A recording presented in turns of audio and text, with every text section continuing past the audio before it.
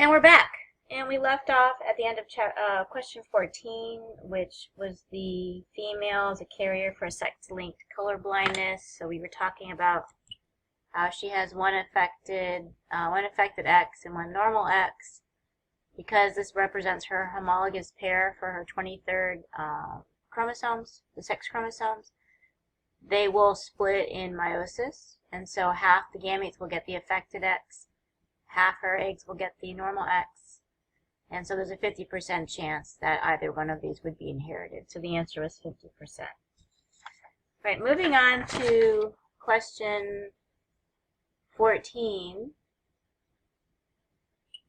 And the main reason why genes would assort independently of one another is that they're far apart from one another, which usually means they're on different chromosomes or they are very far apart on the same chromosome. And so the best answer there was E. Number 16 says that height and eye colors are two examples of continuous variation in humans, whereas in pea plants the tall allele is dominant to the short allele. There are no intermediate heights. So which of the following is the best explanation for the differences described above?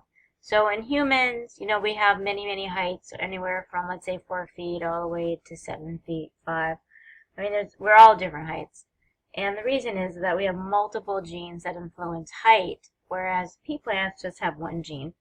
And so the answer would be D, that many genes rather than one gene for a characteristic control some variation in some species like us.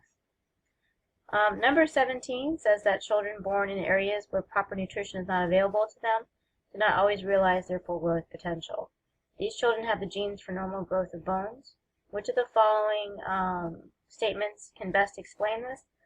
Well, obviously, this is a case of nature and nurture. Although you may have good genetics, your environment definitely influences the ability of your genes to reach their potential. So since nutrition is necessary for proper development and it's part of the environment, it's clear that this is an environmental effect on phenotype. So that would be answer B. Number 18 is a person who's lost a large amount of blood, and she needs a transfusion. And they would obviously, if they don't know her blood type, the safest blood to transfuse her with would be O, which is letter D. And this obviously doesn't assume any knowledge of Rh factor, but O is the universal donor. 19 tells us that big R is red, little r is white. When they combine in a heterozygote, it forms a pink phenotype.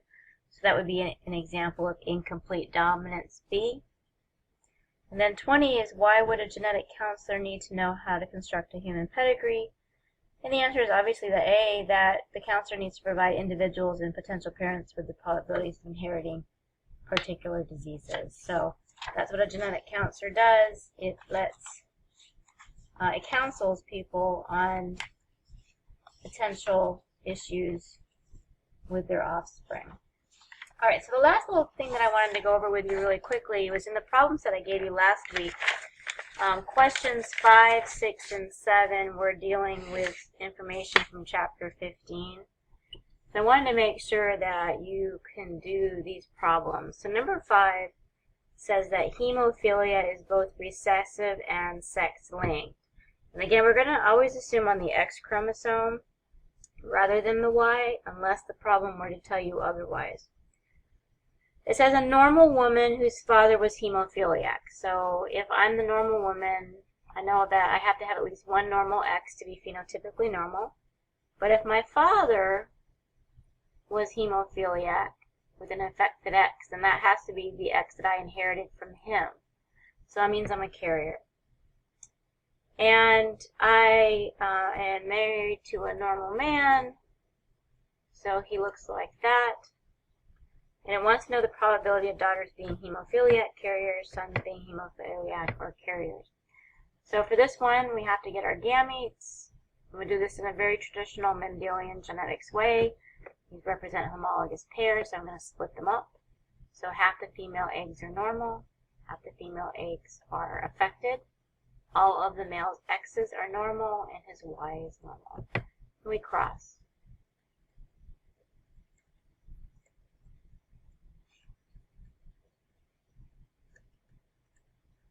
Okay, so it wants to know what is the probability of a daughter being hemophiliac. So we're only interested right now in these boxes because these are the ones that produce female offspring because you need 2 X's to be female.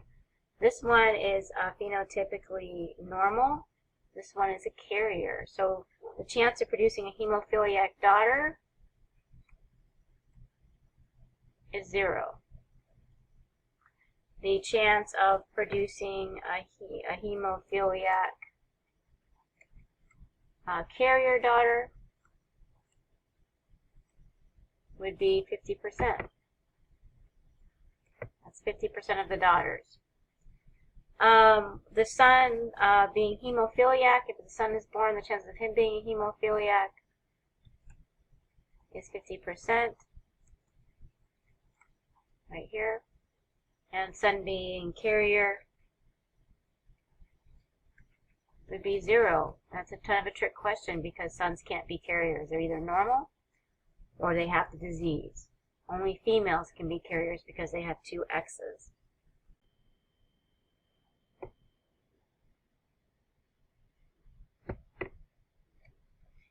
Right, number 6 says that color blindness is also a recessive sex-linked trait.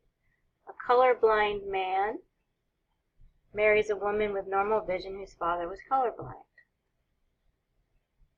So again, she's a carrier. Determine the expected genotypes and phenotypes by sex. So again, you set it up in a traditional Punnett square. And you cross them.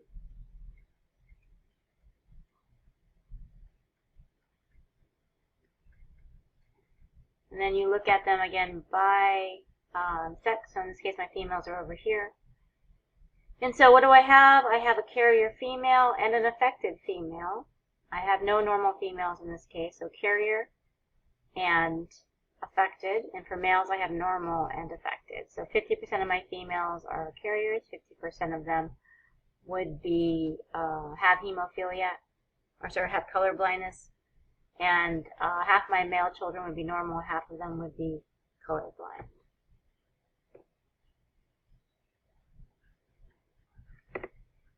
And then the last one is 7, and it says, consider a gene that is sex-linked, recessive, and lethal to the fetus.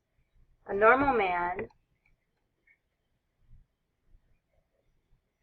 marries a woman that's heterozygous. Okay.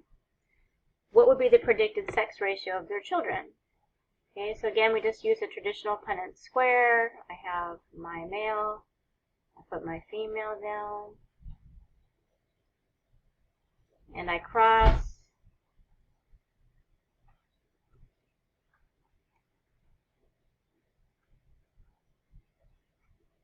Okay. And then I look at the issue here. So this one is a lethal allele in the recessive form. Now I don't have any females with a double recessive, but I do have a male with a recessive. So what that means is this male fetus would not be viable. So that leaves me with a 2-to-1 sex ratio, 2 female to every male. Alright, so that is the end of the genetics worksheet that we handed out last week. Those are the last 3 problems.